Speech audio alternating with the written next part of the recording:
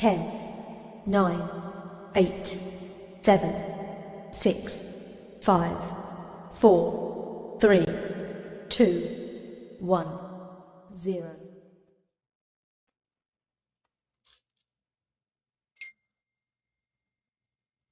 Olá, sejam bem-vindos a mais um episódio do podcast Na Pista com DJ. E Na Pista hoje traz um convidado para lá de especial, DJ Santinho. Ele é tão especial que eu preparei aqui uma abertura daquelas. Vamos lá. Antes das controladoras, dos notebooks e da internet, existiam homens que faziam a pista tremer. Esse aí, apenas com 2 tocadiscos, talento e coragem, sempre ele teve. Ele iniciou sua carreira em 1981, quando ser DJ era um desafio. Poucos venceram. O primeiro campeonato de DJs da Bahia, ele que levou. Seu talento foi parar nos Estados Unidos. Pense aí. Pense. Produziu remix para uma das maiores gravadoras do país e ajudou a escrever um dos capítulos mais importantes da história da música na cidade de Salvador. Pois é, esse cara não é pouca coisa não. Hoje, pela primeira vez, na Pista com DJ, tenho a honra de trazer o DJ Santinho e revelar histórias que poucas pessoas conhecem. Então, você que está na poltrona aí, aperte o cinto e prepare-se e vem fazer essa viagem no tempo com a gente. Eu sou Fabian Souza, host desse podcast, e comigo o DJ Gustavo From Salvador, que atua como co-host. Gustavo, faça suas considerações aí. Olá, você. Boa noite. Seja muito bem-vindo. E hoje vamos entrevistar aqui nosso amigo e querido DJ Santinho. Santinho, fique à vontade. Boa noite, galera. Gustavo, Fabian, obrigado pelo convite, fico honrado. Imagina, tudo nosso. Eu sei que já passaram várias caras legais aqui, Lúcio e outros aqui, Mauro, enfim, vários colegas nossos aqui, e eu assim, parei de tocar em 96, 97. Esses caras estão até hoje, né? Então eu estar aqui também, para mim, é um reconhecimento muito bacana, poder contar as histórias, os bastidores dessa cena DJ que aconteceu lá no começo dos anos 80, né? E foi se construindo até hoje, né? Então, muito obrigado pelo convite. Um abraço para a galera que está nos assistindo em casa. Eu fico emocionado. Acontece. Fique à vontade. Mas eu quero mandar um abraço especial para meu irmão, que está me vendo lá no Paraná. Meu outro irmão, Roberto, que está me assistindo no Rio de Janeiro. E uma turma maravilhosa de amigos que eu fiz aqui de vida, aqui na Pituba, que te morava nessa época aqui na Pituba, pegaram nesse pedaço aqui. Tem uns irmãos assim maravilhosos, e entre eles DJ Lúcio, que quando eu conheci o Lúcio tinha 15 anos, então a gente, antes de ser DJs, a gente já era amigos da rua ali do... Lúcio é uma pessoa querida, nossa. E aí, dali para frente, foi surgindo tudo isso, e aí ficou essa história maravilhosa. Então, estou a seu dispor aí para... Santinho, deu para perceber que você é uma pessoa emotiva, né? Cara, Através do seu jeito, percebi aqui agora, no ao vivo. sou, porque hoje eu estou com 58 anos, vou fazer 59 esse ano. Então a gente olha para trás, você vê toda uma história de vida, né? E essa história para mim é a história da minha juventude, né? Porque eu toquei dos 15 para 16 anos, ali comecei brincando, de verdade. Me tornei logo profissional, então com 16 e pouco para 17 já estava tocando profissionalmente em festas, em eventos particulares. Mas eu não sabia quase nada, né? Tava assim engatinhando e tal. E encerrei a carreira de DJ, assim, por uma questão de... Já estava na estrada há muito tempo, estava fazendo 30 anos, e aí eu pretendia outras metas profissionais, etc. e tal, e ao mesmo tempo eu estava cansado um pouco do... que vocês sabem que a vida de DJ não é brincadeira, né? Então, perder noite, estrada, viajar, acordar tarde e tal. Então, tem uma hora que eu disse assim, cara... isso está me consumindo muito fisicamente, eu preciso parar com essa... E muita gente reclama desse mesmo detalhe, sabia disso? Com certeza, com Porque isso aí certeza. se torna uma dificuldade, né? Uma desvantagem na vida do DJ.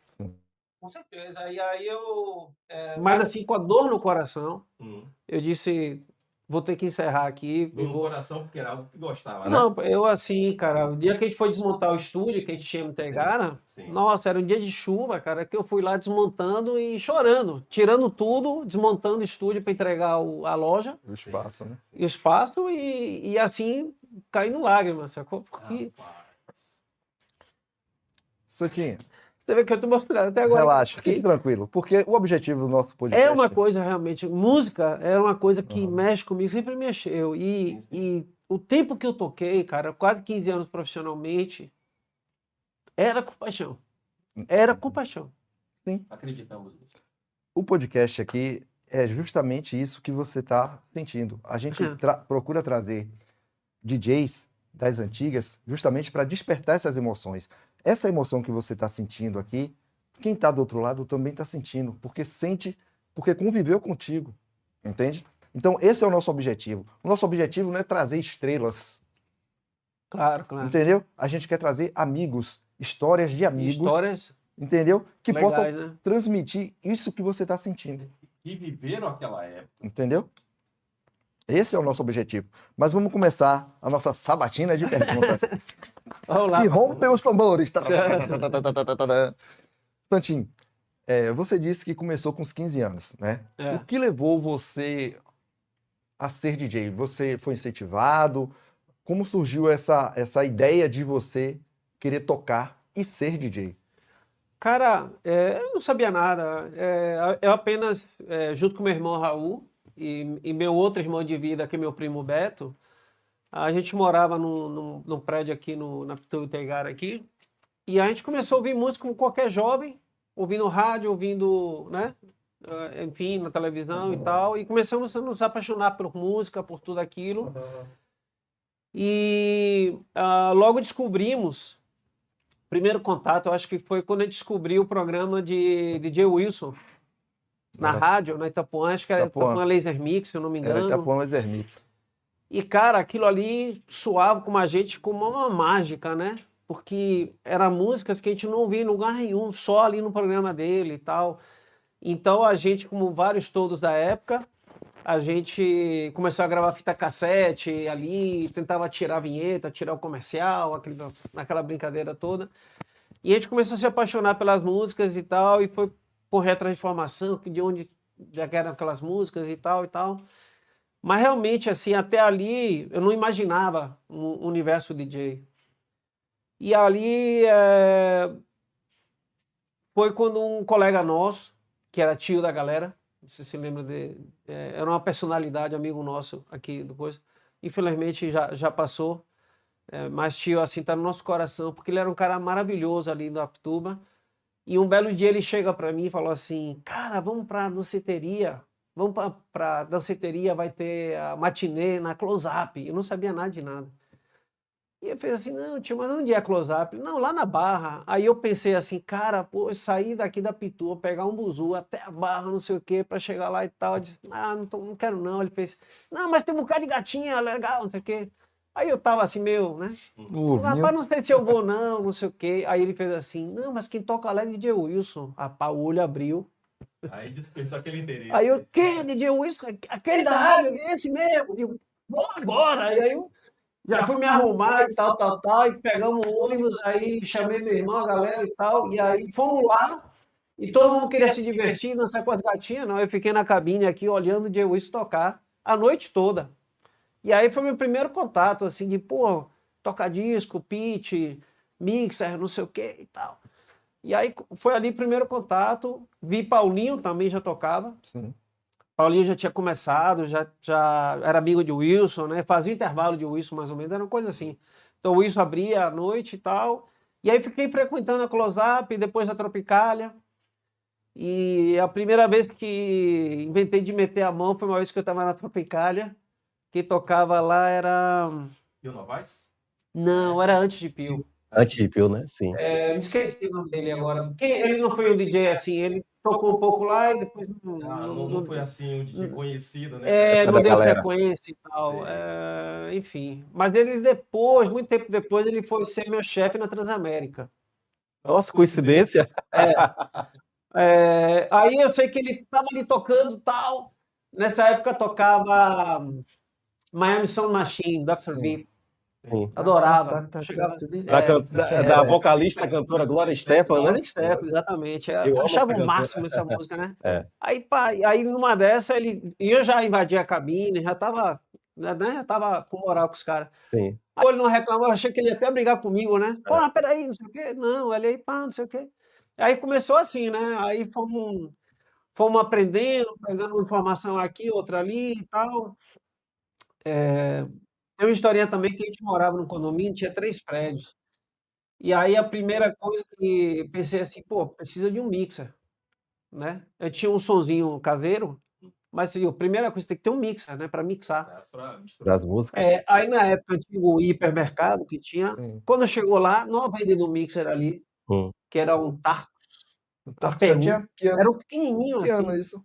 Cara, Se eu não me engano, Porque- deve ter sido o AP1, né? APU. Porque, APU. assim, um dos primeiros mixers mesmo que eu usei foi o Sam 800 da Signos, que era Da Signos, que era Que era o assim, tipo né? tom de fogão. Não, mas naquela época Era de tinha painel. os mas o Tarcos Tarcos também. foi depois, não? O Tarcozinho assim, Era o APU já que era veio. painelzinho, assim, Isso, inclinadinho. Ele era deslizante. desse tamanho, assim, um É, negocinho sim. pequenininho assim. É por isso que eu tô. A gente Barato. tocou. Ele era o mais barato que tinha. Você Aham. ia na parte de Eu áudio, peguei na Betel na época lá. era um aparelhinho assim. E na época a gente conseguiu adaptar até a chave de corte no Tarcos. Então, Não tinha? é isso que eu fiz depois. Depois, né? Esse é o capítulo depois que eu vou te contar, que Não, aí continue. Rapidinho. Essa história que você está contando, para você ter noção, o nome de Wilson já foi revelado como influenciador Sim. 5 vezes. 5 vezes. E você é a segunda pessoa que menciona que ia pra boate não para dançar, mas para olhar o DJ tocar. com certeza. A gente Entendeu? não tinha internet, Não, não tinha nada, isso, né? isso. Não existia celular. Mas não existia. são coincidências, O entendeu? único meio de comunicação naquela época era os meios de mídia, né? Que eram as rádios, né? Então a gente acompanhava Rádio é jornal. as programações Pela e tudo mais. rádio, e lá veio tocar ao vivo. É. E as rádios que divulgavam as festas. Exatamente. A gente vai chegar lá, vou contar isso aí, mas Tá. eu queria contar que é o seguinte, quando eu chego no mercado, que encontro um mixer, aí eu mostrei para meu irmão, mixer e tal, aí quando veio o preço assim, meio caro, resultado, a gente inventou de lavar, a gente estava de férias na época do colégio, Uhum. a gente inventou de lavar os carros do prédio, para os vizinhos a gente inventou a história de que a gente queria comprar o padrão do time de futebol, do time do prédio, ajuda a gente aí, deixa eu lavar seu carro, te cobro barato, não sei o que e tal, e a gente quer comprar. Era mentira, na verdade, a gente queria comprar o mixer. E aí a gente lavou o carro o mês todo, juntou o dinheirinho, eu, Beto e Raul, né, os 3, Sim. e aí compramos o mixer, e aí começou. Só que o som que tinha em casa só tinha um toca-disco. Aí eu comecei mixando toca-disco com fita, cassete. E aí depois foi correr atrás do outro toca-disco, aí começou, né, a brincadeira. Massa, Começou massa. assim. Mas os grandes profissionais É. sempre começaram dessa maneira. Eu mesmo comecei também tocando fita. Eu também comecei tocando fita. Eu tinha, pra você ter noção, eu tinha 3 tape deck. Sim. Um Pioneer, um Sansui e um Technics. O meu Technics, eu tenho ele até hoje, de mesa, deitado, né? Sim. Os VUs assim. E eu usava o Pioneer e o Sansui para passar Pra gravar no outro. no outro, entendeu? E depois que eu vim comprar, que até hoje eu tenho, Aham. o deck de rolo 4000 DS Akai. Tá lá Sim. que eu comecei a tentar Caraca. cortar. Eu fazia uma beleza, fazia 2 belezas. Na terceira eu tinha que errar. E na parte das edições, que era várias tentativas. É isso. Era isso. É. Não. Agora, um deck de rolo era diferente que o Lúcio fazia, né? Lúcio e Wilson. Ele Não, cortava com a Não, gilete. Tem um lado certo para você cortar. eu vou contar essa história aí do deck de rolo, assim. Vamos chegar lá ainda. É um pouquinho mais pra frente, mas assim, o fato é que começou ali e a gente começou a fazer festa no próprio prédio pros amigos. Aí a galera começou a gostar. Começamos a comprar vinil, não sei o quê, e aí vimos a necessidade de comprar o segundo toca-disco. Aí o segundo toca-disco já tinha pitch, que o primeiro era caseiro, não tinha pitch, não tinha nada. 3345. Era um Gradient, Bell Drive, enfim. Aí É, tinha aí esse aí, pitch, tal, e aí começamos realmente a mixar direitinho, começamos a aprender e tal. E daqui a pouco surge um vizinho, que a gente faz tanto festa pra gente mesmo, toda sexta, sábado, no playground do prédio e tal. Aí o vizinho faz assim, vai ter o 15 anos de minha irmã. E meu pai perguntou se você não queria botar o som lá e tal. E eu, tá meio, assim, meio que saco e tal. Eu falei assim, ah, cara, só se me pagar. Ele falou, meu pai disse que paga. Eu, porra. Cresceu Aí o olho. virei profissional naquele segundo, né? Porque ele perguntou quanto é, eu não sabia nem quanto cobrava. Aí eu não lembro, eu chutei qualquer valor lá, tipo, seria hoje sem conto, qualquer besteira. sim, sim. Não, diga lá, a gente vai lá, e fiquei nervosão, cara, né? Um dia que a gente foi lá tocar profissionalmente e tal. E aí começou 15 anos aqui, outro ali, Foi ganhando experiência. foi ganhando experiência, fomos aprendendo mais técnica, fomos comprando equipamento. E aí, daqui a pouco, a gente estava com uma empresa montada. Em Eu questão lembro. de 1 ano, 2 anos, a gente estava com uma empresa montada, mas aí dentro de casa. E já estávamos mixando bem, já estávamos comprando muito disco importado.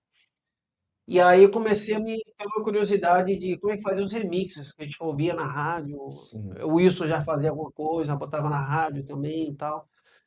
E aí alguém viajou para a Europa e comprou o Max Mix que Nunca, que era o Conheço. álbum de remixes dos DJs espanhóis, né? É isso, dos criadores. Dos criadores José do Carreira Mega Mix, e Tony. Castelos, Isso, do Cassete. Garcia Castelos. Isso. Aí, só que ele comprou um combo, essa foi minha sorte. Ele comprou um combo que vinha, tipo, 2 discos, não sei o que e tal, e vinha um VHS Hum.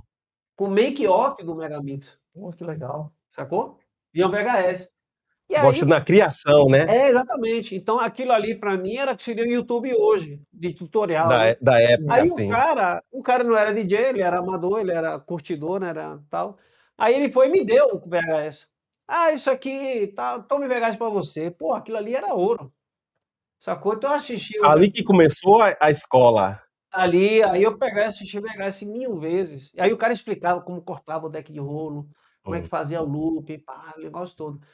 Então eu me lembro que eu consegui importar a reguinha, tal. Aí Sim. eu fui atrás de comprar deck de rolo, compramos um Akai, né, tal, não sei o quê. E aí eu comecei, ainda era no meu quarto. Todo o meu equipamento estava dentro do meu quarto, imagina. E aí comecei a botar o deck de rolo lá, então eu fiz uma estante que era todo de som assim no meu quarto, dentro do meu quarto. E já nessa época já tinha 2 MK2, eu acho, já tinha, não lembro, mas já estava equipamento legal, já tinha outro mixer bom, não sei o quê. Cassete, tudo, e aí eu botei deck de rolo, e aí comecei a cortar fita, comecei a fazer meus remixes, e fui bater na porta da Transamérica.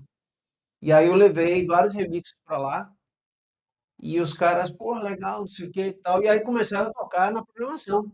Eu não tinha programa, mas começaram a tocar meus remixes na Transamérica, que era uma das pouquíssimas rádios pop de Salvador, que tocava música que não era música baiana e tal, mas que tocava música internacional, Sim, sim. né, enfim. E aí começaram a tocar meus remixes lá. Entendeu? Aí eu fiz vários, Titãs, Paralama, e fiz coisas brasileiras também. Fiz Madonna, fiz o Mega Mix também, e por aí foi. E aí, um pouquinho tempo depois, é que apareceu a esquema da Manchete FM. E aí eu comecei a ver a galera, já meus amigos e DJs todos falando, ah, porque vai montar a equipe de DJs lá, programa só para DJs e tal. E aí Lúcio chega para mim e me convida, porque o Lúcio já estava no esquema lá. E eu estava até com medo de sobrar, né? Eu digo, pô, velho, você vai todo mundo para a Manchete, ficar na Transamérica, ficar sozinho. Eu não queria entrar lá, né? Aí Lúcio chega uma vez e disse assim, ah, eu falei do seu nome lá na reunião para trazer você para cá e tal. Aí eu digo, porra, aí eu fui com tudo, né? Aí acabou que a gente tinha um programa diário, que eu acho que era de meio-dia, se eu não me engano, meio-dia, 1 hora da tarde, mas acho que era meio-dia. Meio-dia. Então era segunda-feira, já não me lembro mais, mas era Chiquinho, Terça, Augusto, Heraldo. Quarta, Heraldo. Paulinho. Não, Quinta, eu era a quarta. Eu era a quarta. Eu era a quarta, Lúcio era a sexta.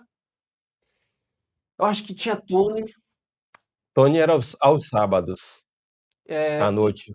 não, repare. Aí tinha um programa de sábado à noite ao vivo, que quem tocava o programa era Guedes, que hoje está em Portugal. Sim. E aí Passou um tempo assim, aí Lula Tavares, que era nosso coordenador, chamou todo mundo para reunião, todos os DJs, estava Hércules no meio, toda essa galera da Sim, época, né? sim. Os mais importantes. E o nosso colega, que eu falei agora, em Portugal, Guedes. Guedes, ele chega lá dizendo que ele não queria mais fazer ao vivo, que dá muito trabalho, não sei o que e tal, que ele já tinha feito um tempão e que ele ia entregar o horário e que estava em aberto. E aí Lula vira pra gente e fala assim, e aí alguém se candidata e tal, e aí eu, cara, ninguém, silêncio assim na mesa, aí eu olhei pra Lúcio e pensei assim, eu e Lúcio vamos assumir o programa. Nem falei com o Lúcio, era mentira.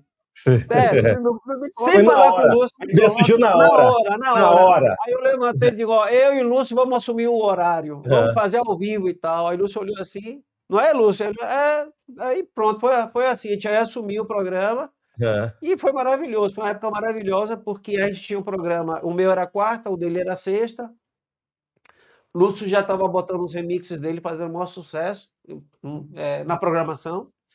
E a gente ia lá tocar ao vivo. E nessa época eu já tinha um case com 2 MK2, com um mixer grandão e tal. Sim. E a empresa já estava equipada, tinha Kombi para levar equipamento e tudo. Então eu carregava esse case na Kombi, a gente ia até a rádio, que era ali no Guatemi. No caso, a sua empresa, você está falando? Isso, minha empresa Sim, sim. Eu lembro. de sonorização de DJs e Sim. tal. E aí eu levava nossos MK2 lá para tocar em MK2, né? Tocar disco bom e tal, tal. E aí a gente convidava Nossa, os legal. DJs, tocava ao vivo, e ali era a nossa rede social, porque ali a gente falava assim, ó, hoje, que o programa era de 8 às 10. Então saímos da rádio às 10 e às 11 a gente já estava no evento. Então cada um dava a sua agenda ali Eu na lembro dessa hora. história que você me falou, Aí né? chegava ali ao vivo e falava assim, ó, Lúcio vai estar hoje não sei aonde, Santi vai tocar não sei aonde, o DJ convidado aqui vai ter um evento lá não sei o que e tal. Te largava a agenda e saía para noite, sábado à noite. E muitos ouvintes chegavam lá, não ouvi o programa aqui, vim para aqui ver você tocar e tal. Mas não Era existia legal, né? internet, não existia celular, não Não existia existia. nada disso, nada disso. Então o Maravilha. esquema era esse, era ao vivo, era muito Inclusive, bom. Deixa eu só fazer um comentário aqui rapidinho. Agradecer a galera aqui que tá todo mundo, tá bombando o chat, certo? Porra, Agradecer Valdir, Santos, porra, William, Valdir, a galera queridão. toda aqui. Santos. Santos tá perguntando aqui, ó. Aí, Peraí. Santos, aquele abraço. Santos tá perguntando, cadê a pergunta de Santos? Só um minuto. Valdir fala. Na época da Manchete, Laser Mix, alguns DJs gravavam os programas no estúdio de Santinho, no Itaigara. Verdade. Vários. Valdir é uma Wikipedia, rapaz, sabe tudo. Santos é queridão. Santos pergunta: a equipe de DJ Santinho estava à frente do seu tempo, sendo a primeira equipe a atuar como uma verdadeira agência de DJs de Salvador. Isso quando a gente. Eu vou voltar um pouquinho só no tempo, só para explicar rápido assim. Quando a gente fundou a empresa, meu sócio era meu irmão Raul e meu primo Beto, né? Que é meu outro irmão. A empresa chamava RSA, porque essa sigla funciona para meu nome, para Raul e para Roberto. Que meu nome, primeiro nome é Rômulo. Então eu sou Rômulo Santinho Almeida, Raul, mesma coisa, Raul Santinho Almeida, e Beto é Almeida Souza. Isso era invertido. Então o primeiro nome era RSA Som Mix. Era o nome da empresa. Mas na medida que peguei fama na rádio e tudo mais, chegou um ponto que a gente entendeu que era melhor usar o meu nome, não que eu fosse o único dono, Sim, sim. mas usar meu nome na frente para a gente ter mais. Porque eu já estava em paralelo fazendo minha carreira de Tem mais visibilidade, né? Exatamente. Sim. Então se tornou a equipe de DJ Santinho. E era ali no Empório Itegara. E esse nome aí pegou, viu? Na época, pegou. Eu cheguei aí ali no Empório. No Empório Na Itegara. época do estúdio? Eu não saía de lá. Naquela época, quem trabalhava... Deixa eu lembrar aqui, quem trabalhava lá foi Chiquinho, não era? Chiquinho. Eu andava lá direto enchendo o saco de Chiquinho. Nosso primeiro DJ contratado, assim, fixo lá no estúdio era Chiquinho. Então a gente passava a semana toda produzindo material para diversos clientes e tal. E depois a gente começou a agenciar DJs, porque a gente fazia muitos eventos, inclusive a gente chegou a fazer 4, 5 eventos simultâneos. Então, tipo assim, eu ia tocar num evento, Chiquinho no outro, depois vinha a Jota, veio André, veio.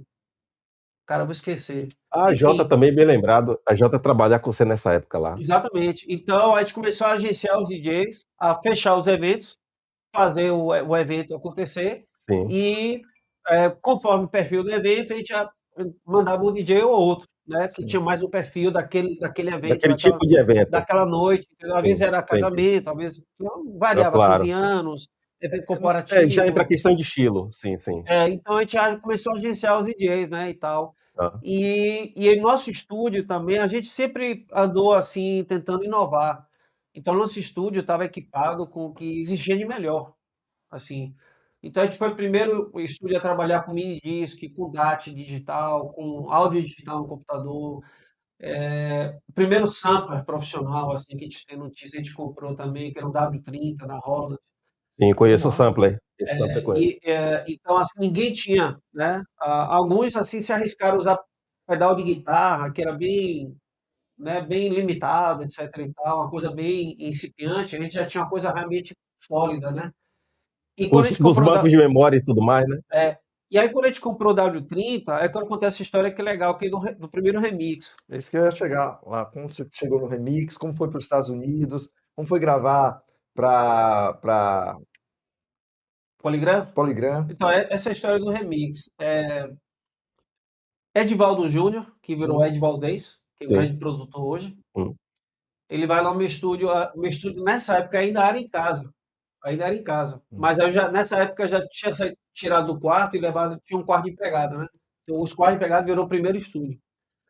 E aí, ali no primeiro estúdio ali, chega Ed Valdez e falou assim, cara, eu fiz um remix aqui, não me lembro que remix ele fez. Aí ele levou para mim, e eu já tinha vários remixes na rádio, na Transamérica, e, enfim, no programa, e por aí vai. E aí, como ele viu que eu estava já produzindo legal, com sample, com tudo, então ele levou o dele, né, que ele estava com muito menos recurso, mas ele já fazia coisas legais. E ele levou eu ouvir, porra, legal, cara, tal. Ele, cara, vamos fazer um e mandar para o Memê. Não acreditei, né? Eu falei assim, não, cara. Você acha que eu e você vamos fazer um remix, gravar uma fitinha cassete, mandar para o Rio de Janeiro, Memê, que já era assim o DJ mais famoso do Brasil, que estava produzindo Lulu Santos, que estava na mídia, era assim o DJ mais famoso do Brasil, certamente naquela época. Você acha que o Memê vai ouvir? Que nada, cara. Mas Memê, desde aquela época, Ed Valdez já tinha isso em mente, entendeu? Criar esses trabalhos aqui em Salvador para enviar para sim. Memê na época. Então, foi ele que levou essa ideia. Ele já conversou comigo algumas vezes sobre isso. Então, aí eu não acreditei, repare, eu não acreditei na ideia dele, que eu digo, Sim. velho, o Memê vai receber, já recebi 1000 fitas do Brasil inteiro, aí vai ser mais um e vai jogar de Jogar lado, de canto, de vai jogar de escanteio. canto e vai esquecer, eu digo, não vai funcionar. É verdade. Mas ele me convenceu, não, cara, a gente não vai perder nada, bora fazer, bora fazer, bora fazer. Aí ele já trouxe o projeto, ele disse, não, vamos fazer Jorge Capadócia, Fernando Abreu. Eu digo, tá, bora fazer. Aí pegamos ali, ficamos trabalhando juntos lá, e a gente fez um remixzinho lá, tá, É. nosso, já usando o W30, o sampler e tal. Sim. Aí gravamos uma fitinha e tudo mais. Tínhamos um contato na Rádio Cidade daqui, não me lembro. Eu sei que mandamos para a rádio daqui, e pelo malote interno da rádio, foi para a Rádio Cidade de lá. E lá o Memê recebeu. Enfim, só que naquela época não tinha internet, tinha nada disso. Então o único meio era telefone fixo, não tinha nem celular, era telefone fixo. Aí passou 2, 3 semanas, nenhuma notícia. Estou em casa um belo dia, toco o telefone na minha casa, pã, aí eu atendo. Ele, alô, queria falar com o Santinho e tal. É ele que tá falando. Não, aqui o Memê. Cara, eu congelei, velho. Quem tá falando aqui é Marcelo Mansur. Eu fiquei travado assim, não acreditava, cara. Não esperava. Nunca, nunca. Sim, Aí o sim. Memê, porra, cara, muito bom o remix que vocês fizeram, tal, você e Edivaldo Júnior, que ele assinava antes, né? Ele assinava Ed Valdez. Muito bom, cara. Cara, então assim, pô, eu quero convidar vocês virem aqui no Rio. A gente vai fazer a festa da cidade ao vivo para todo o Brasil via satélite. E quero convidar vocês, que a gente está com um projeto pela Poligram, para fazer vários remixes e de música baiana, não sei o que lá. A gente convidou vários DJs do Brasil e da Bahia, a gente quer convidar vocês dois. Eu, cara, não estava gritando, parecia um sonho, se tornar realidade, né? Então, negociamos tal, eles bancaram a viagem, mas não bancaram a estadia. A estadia eu consegui lá no Rio e tal. E aí eu combinei tudo com Edivaldo Júnior, você é craque, hein? Essa história é com você, com amor. E a gente viajou e foi uma coisa maravilhosa, né? Então a gente foi lá, conheceu o Memê, ficamos uma semana rodando com o Memê, vários estúdios, aprendendo muita coisa, visitamos vários artistas. Nossa, conheci tantos estúdios do Rio que nem me lembro, cara. Da Barra à Lagoa, um bocado de lugar que eu nem sonhava, Nem assim. sonhava, né? E Maravilha. chegou no sábado à noite, a gente foi lá na rádio, tocamos ao vivo com ele, com o Memê, no programa ao vivo, e era satélite para todo o Brasil. Era coisa raríssima na época, né? Que você tinha Sim. uma cobertura nacional. E aí ele aproveitou ao vivo, botou o nosso remix. Aí, pá, agora vamos tocar aqui o remix dos meninos da Bahia e tal. Santinho, Edivaldo Júnior aqui com Jorge Capadócia, Fernando Abreu, pai. Tocou no ar, pá. Aí acabou o remix e entrou no break comercial. Aí break comercial, você sabe, né? Sim. Off, tal, aí pode, relaxa todo mundo, tá conversando aqui, pá, contando as histórias, toca o telefone no estúdio. Aí atende Memê, alô, aí, pô, muito bom, não sei o que e tal. Ele, quando ele desliga, sabe quem ligou aqui? Eu digo, rapaz, tenho nem ideia. Fernando Abreu. Disse que adorou o remix. Porra. Vocês estão de parabéns, não sei o que lá e tal. E, porra, não sei o que e tal. O próprio artista, né? Fernando Abreu ao vivo, porque, assim, Sim. Memê tinha essa audiência. Uhum. Não pense que era só público, não. Várias bandas e vários produtores e tal ouviam o programa dele, porque ele é um cara que trazia novidade. Estou falando assim, novidade de produção, de música nova, de garimpar, esse tipo de coisa, entendeu? O Memê já era um ícone assim, enorme na época. E depois eu tive a felicidade de conhecer ela pessoalmente e tal, e lá na frente ela me fez um convite assim que teria sido sensacional, porque ela disse assim: "Ó, tô precisando de um DJ na banda e tal, de repente podia ser você e tal". Aí eu fiquei, porra, lisonjeado e tudo, mas depois ela disse assim: "Mas eu gostaria que fosse também percussionista, que fizesse os toca-discos, mas que desse os". Porque Fizesse uma brincadeira é uma brincadeira, na bateria. eu não tinha moral para isso não. Aí já é uma Aí outra parte. Além de ser DJ, ia ter que se tornar músico também. aí eu disse assim: "Olha, eu adoraria, mas não tenho essa canja toda não". Então, assim, mas eu fico lisonjeado com o convite e tal. Mas aí acabou que foi maravilhoso, voltamos para Salvador. Aí isso rendeu matéria na Veja Bahia da época. Mas fiquei chateado porque a gente foi na Veja, levamos todo o material, levamos o remix que a gente fez no Rio. Aí nosso remix oficial do disco foi da banda Cheiro de Amor, daqui da Bahia e tal. Só que foi um remix daquele do tipo assim, tira tudo, deixa só a voz e reconstrói tudo. Sim. Então virou um pop, deixou de ser um axé, virou um pop. E quando o cara da Veja aqui de Salvador ouviu, ele ficou assim meio tipo, pô, vocês pegaram um axé, Axé descaracterizaram e virou um pop e não sei o quê. Então ele fez uma crítica, né, até negativa. Então mandou fotógrafo, fez a foto, saímos na capa da Veja Bahia. Coisa Fiquei legal. Não, todo mas por outro feliz. lado, ele achou interessante, porque a essência do remix, o que seria, dando a nossa opinião, é você pegar uma música, um trabalho feito de alguém, né? Desmontar todo e depois vir recriando do zero, instrumento trilha por trilha. Mas sabe o que é? O seguinte, é porque as pessoas estão acostumadas a ouvir uma coisa, e aí já memorizou. Então, para ela, novidade já não serve. Ah, É verdade, Porque descaracterizou. a crítica do cara foi assim, de um lado era novidade, foi o primeiro Sim. DJs da Bahia a fazer um remix oficial. DJ Wilson tinha um projeto lá que ele seria o primeiro na época, mas o dele acabou não vingando, não aconteceu. Ele contou a história outro dia aí, eu vi no podcast, eu não me lembro agora detalhes. Então o nosso foi o primeiro realmente que saiu publicado e tal. Então Que ótimo. eu e Edvaldo Júnior assinamos, digamos, os primeiros DJs baianos a terem um remix oficial de gravadora. Claro que remix extraoficial, né, em paralelo, É. eu já tinha feito, o Lúcio tinha feito, um bocado de gente tinha, vários, né, o Não, Wilson tinha e feito o bom é que naquela época vocês saíram na frente, entendeu? Aproveitaram esse gancho aí de Sim. Memê, né? E Memê sempre foi um cara que trazia aí, né? Só material de primeira e divulgava Na Rádio Cidade. Exatamente. Mas aí mostra a qualidade dos caras, né? Com certeza. Não, foi legal, foi Vamos- legal. Eu sei vamos- que rendeu, porque depois, ao longo do tempo, eu fui perdendo o contato com o Memê, mas Sérgio Valdez, ele manteve contato com o Memê, foi morar no Rio, fizeram Não, muitas parcerias, muitas produções, então foi Memê, uma coisa que ele adora o rendeu. trabalho de Edivaldo. É, Santinho, me diz uma coisa. Na sua estrada aí, você já contou quando começou é, esse passo importante dos remixes. E como foi que chegou nos Estados Unidos? Estados Unidos, cara, foi o seguinte, chegou uma época, cara, que a nossa empresa já era meio que líder de mercado aqui na Bahia, de festas particulares, tá?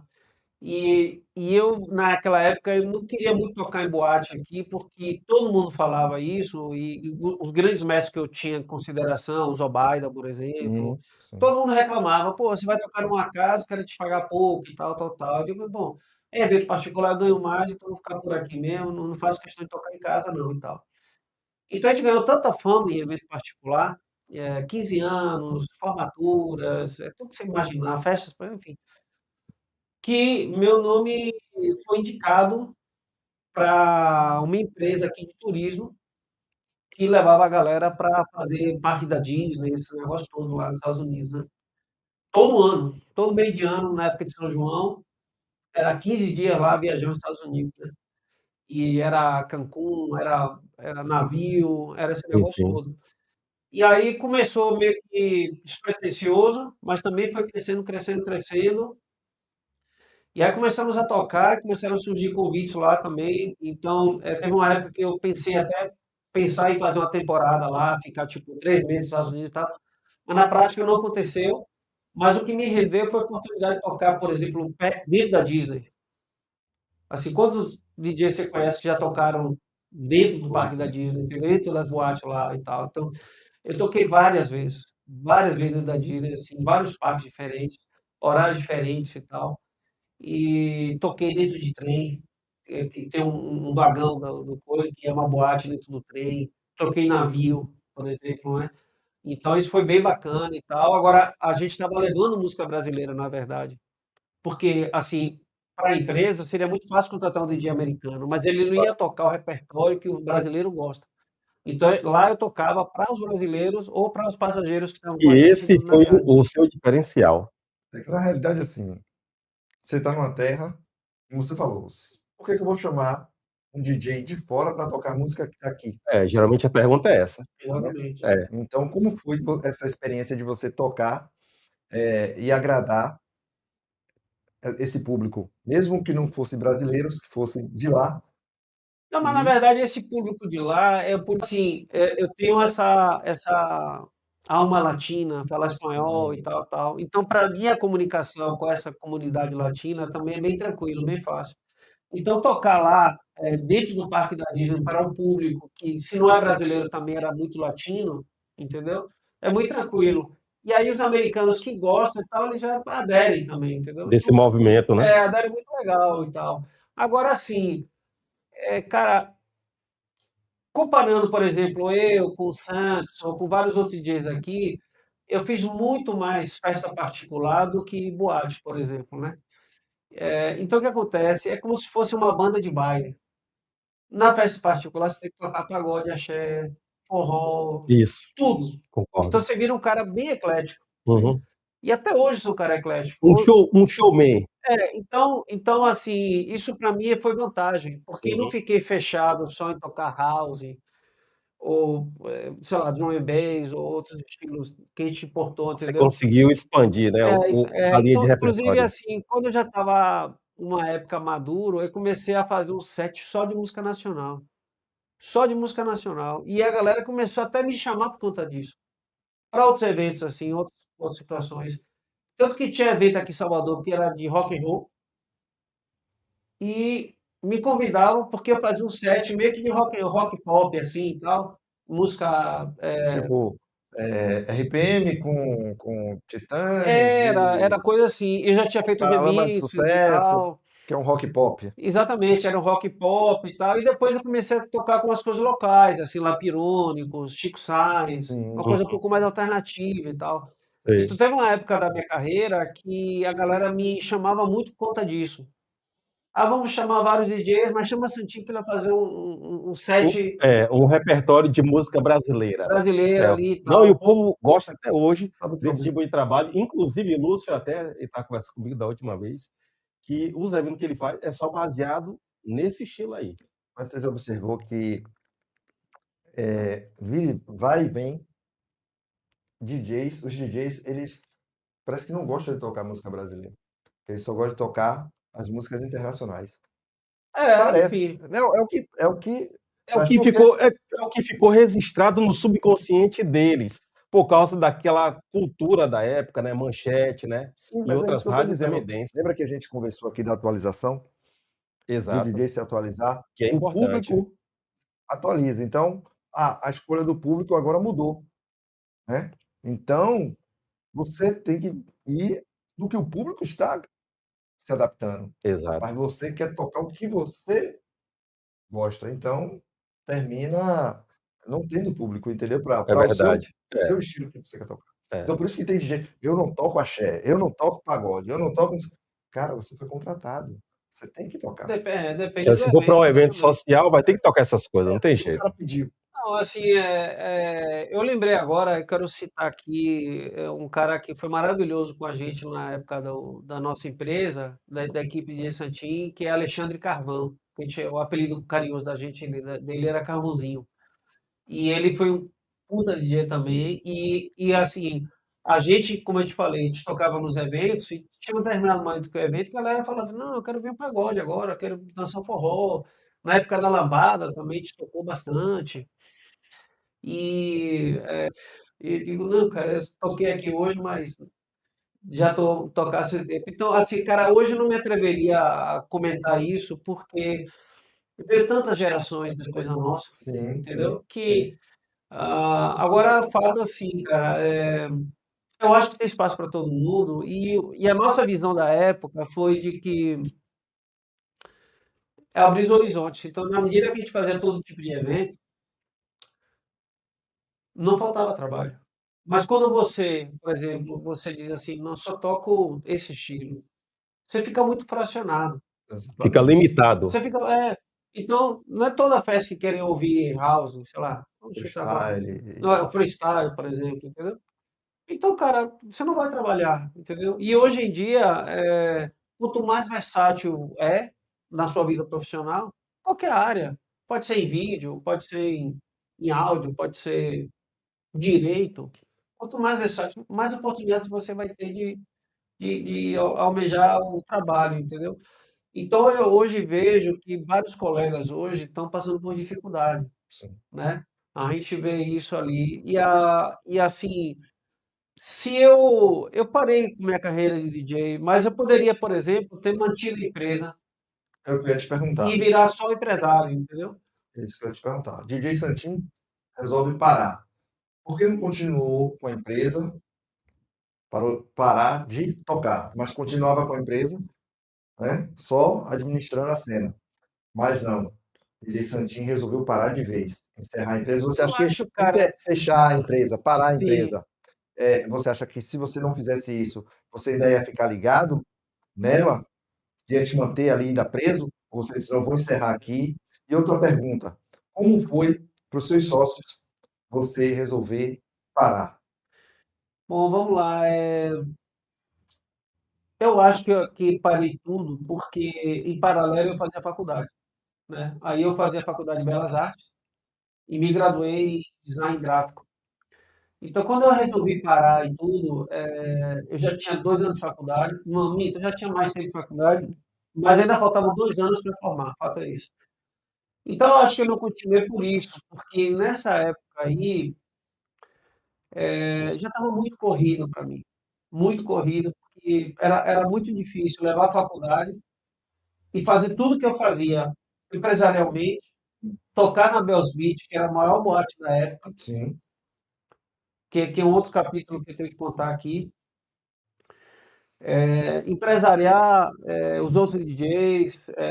Nessa época eu fazia turnê com a banda de Netinho, que aliás eu fui dos primeiros DJs da Bahia a ser membro efetivo da banda, entendeu? Então a primeira experiência foi com Tony Molla, era um percussionista baiano que morou nos Estados Unidos muito tempo, ficou muito tempo em Nova York e tal. E depois de ele trabalhar fora, ele trouxe essa ideia de fazer um som fusion, que era trazer percussão, coisas acústicas e tal, com eletrônica, essas coisas. Então eu conheci, quando ele voltou para Salvador, logo em seguida eu conheci ele viu meu trabalho como DJ e tal, logo ele me convidou. Então ele concebeu a banda Bragadá, que no começo não era banda de axé. Depois ela ficou famosa como uma banda de axé, até ele virou uma banda de pagode. Mas o Bragadá, na primeira versão original, era uma banda de fusion, né? Sim, sim. Ou seja, era uma banda que trazia elementos pop com eletrônica, com DJ. Eu lembro. E, então ele convidou vários talentos aqui de Salvador. Cara, não vou nem me atrever a falar nome, senão eu vou acabar esquecendo gente, vai ser horrível. Mas eu sei que a banda era grande, eram uns 10 ou mais pessoas, e a gente fez várias apresentações e começou a funcionar, inclusive a MTV veio nos entrevistar, porque para a MTV era uma outra cena que estava surgindo de uma música baiana, que não era o viés de axé, ou pagode, ou forró, mas que era um som pop com uma proposta de fusion e tal, tal, tal. Então, a gente deu entrevista para a MTV e tal, a coisa foi bem legal, assim, mas depois não, assim, o dinheiro, né? Sim. Porque é o que seria, cara. Monetariamente não. Era muito incipiente para a época, né? Sim. Tipo, hoje você tem um Baiana System, que é mais ou menos a mesma proposta, né? Sim, Um sim. som tribal, um som Sim, acústico, sim. com pegada baiana e com eletrônica, tudo misturado. Mas imagine isso, cara, isso foi 90 e alguma coisa, né? no início dos 90, cara, não me lembro mais. Agora, Foi. desculpe aí, Foi 94, 95, alguma coisa assim. alguma coisa assim, entendeu? Então, quando apertou a grana, então o Tony Molla tem uma hora que ele tomou a decisão radical, de cara, eu vou ter que virar chefe para vender, porque não, né, não tô Para chamar público, né? para a banda girar, porque, né? E Exato. aí quando virou axé, fatalmente isso aí, né? Acabou a história. Foi a época que os axé tava E aí o axé bombando, né? Axé bombando. vendendo tudo. E aí então, e ele se deu bem, porque virou a banda de axé, vendeu e tal, e aí trocou tudo. Nessa virada, quem assumia a produção era o estúdio Daniela Mercury, que era o Canto da Cidade, que era inclusive aqui perto, aqui na Pituba. Então a gente tinha muita reunião no Canto da Cidade, Daniela e tal. E eu já tinha amizade também com Daniela, com Marquinhos, o irmão caçula de Daniela, também foi meu sócio na empresa da gente, né? Então teve uma época que a minha empresa tinha 5 sócios e tal. E só para comentar, assim, Lúcio acabou não sendo sócio meu, porque quando o Lúcio colou com a gente, já tinha 5. Então eu falei assim, pô, Lúcio, eu gostaria, mas no fundo já tem 5, cara. Ele comentou essa parte. Entendeu? Já tem 5, então, Ele sinceramente, não dá e tal. E aí o Lúcio ficou meio chateado assim e tal, mas depois ele entendeu. E aí ele disse, não, então eu vou fazer o meu e tal. E aí ele Decolou. decolou, né? Então vamos lá, vou fazer minha. Aí ele começou com a empresazinha dele e tal, mas ele decolou mesmo